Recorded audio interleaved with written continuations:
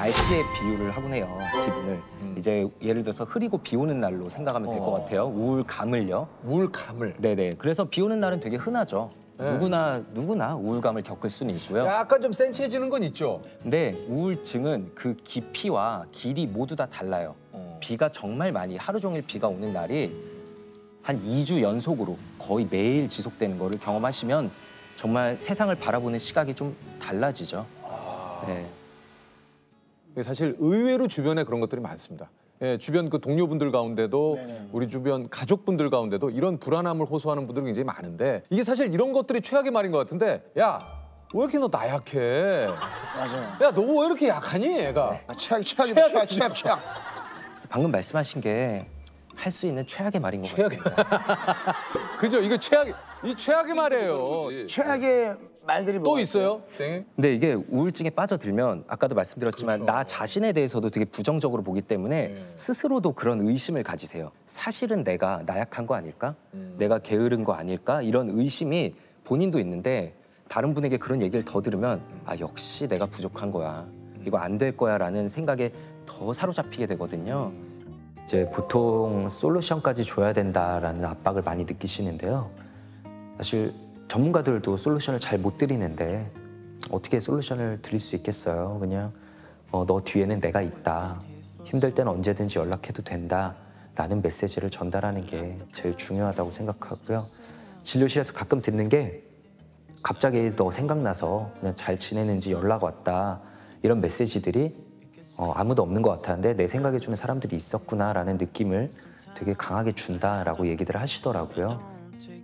깊이는 다를 수도 있겠지만 저도 막 예전에 우울한 적도 있고 막 혼란스러울 때 병원에 한번 가볼까 이런 생각도 해봤는데 네. 사실 용기가 안 나는 거예요. 그러니까 예전보다 지금은 좀 많이 나아졌다고 하긴 하는데 그래도 좀 환자분들께서 오셔서 그런 얘기 많이 하지 않나요? 아, 엄청 고민하다 오시죠. 네. 네, 엄청 고민하다 오시고 혹은 본인은 용기를 내서 오셨는데 이제 뒤늦게 약봉투나 이제 결제 내역 같은 걸 보고 이제 가족분들이 못 가게 막으시는 경우도 아, 가족분들이 못 가게 막는 경우도 있어요? 네, 그런 경우도 꽤 있습니다. 약을 그냥 부모님께서 압수해 버리는 경우도 있고요. 네. 그러니까 이 정신과에서 주는 약에 대한 이런 것들이 좀 의존성이 생기고 내지는 이런 것들이 지속적으로 먹을 시에는 좀 위험하다 이런 얘기를 좀 많이 듣는데 어떻습니까? 정말 너무 많이 듣는데 네. 좀 억울하기도 해요. 사실 네. 우리가 뭐 너 내과약 먹니? 너 정형외과약 먹니? 이렇게 말하진 않거든요. 근데 정신과는 정신과 약 아 맞아요. 그리고 그러네. 신기하네. 정신과 환자 이러면서 네. 다 묶어버리는 거죠. 저희가 또 많이 듣는 게 그러면 너네도 먹냐? 너네 가족한테 처방할 거냐? 이런 말 되게 많이 하세요. 아, 이거 뭐 네. 직접적으로 예. 네, 그래서 아, 우리도 먹는다. 우리도 필요할 때는 먹고 필요하면은 가족한테 줬을 때도 있다. 얘기를 하고요. 아, 사실 지금도 되게 유재석 님이 옆에 계시니까 너무 떨리고 아, 그래요? 긴장이 되는데 네. 아, 제가 어제 진료 보면서 아, 내일은 꼭 약을 챙겨 가야겠다. 뭔 약을 챙겨와요? 좀 긴장을 줄여주는 약이 있는데 청심환 같은 거요? 네, 비슷한 약이 있죠. 이 뒤에서 이제 마치 알사탕 나눠 먹듯이 아, 또 이렇게 약간 좀 들어가고 긴장을 그러는데 줄일 수 있는. 네. 정신과 선생님이신데 어떤 게 가장 떨리시는 거예요 지금? 사실 그 비현실감이란 얘기를 정신과 용어로만 쓰지 제가 겪어보게 될 줄은 몰랐는데 아 TV.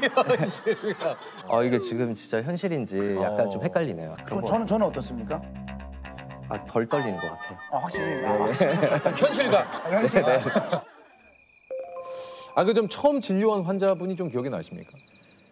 딱 정신과 전공의가 돼서 병동에 들어가면 제 환자분이 순식간에 갑자기 여러 명이 생겨요. 되게 경험 많은 척 인사를 드리는데 사실 처음인데. 사실 이제 처음이잖아요. 그렇죠. 이제 그분들이 저보다 정신과에 대한 경험이 훨씬 더 많아요. 그러니까 그렇죠. 더 선배님. 네.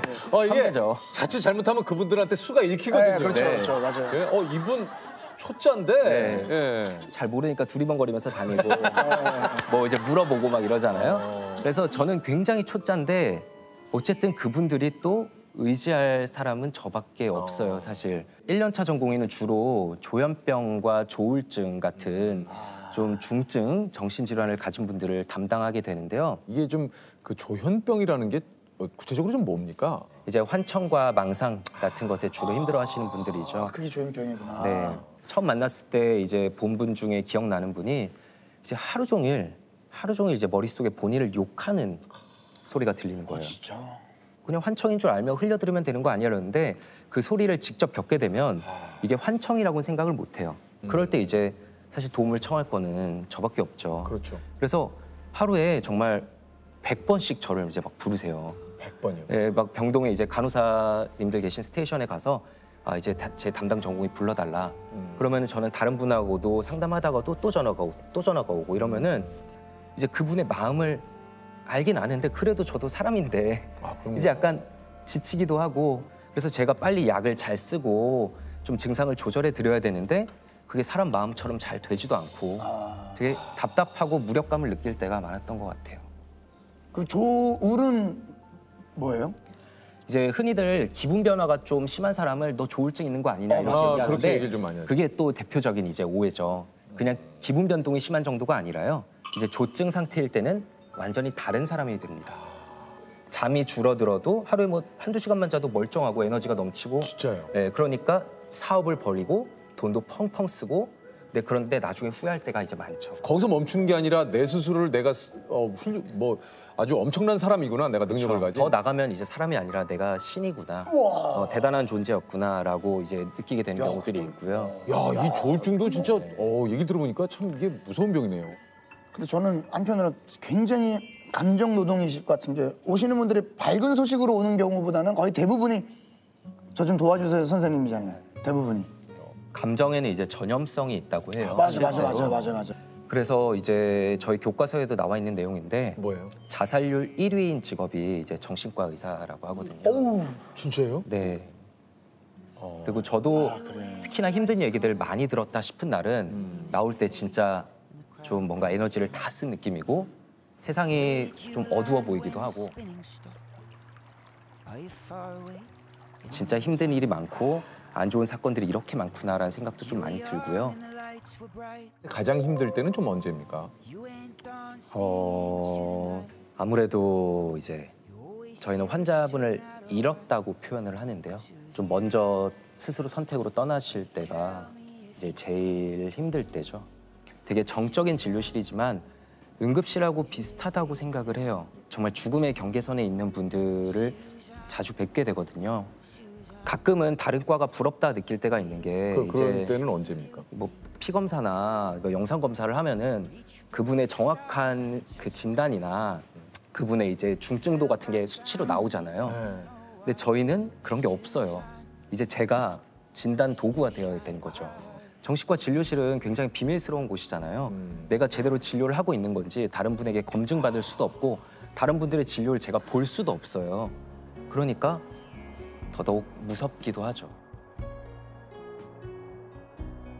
과연 이걸 그냥 돌려보내도 되는지, 다음 주에 저분이 과연 예약돼 오실지, 환자분을 잃게 되면 이런 생각이 필연적으로 따라와요.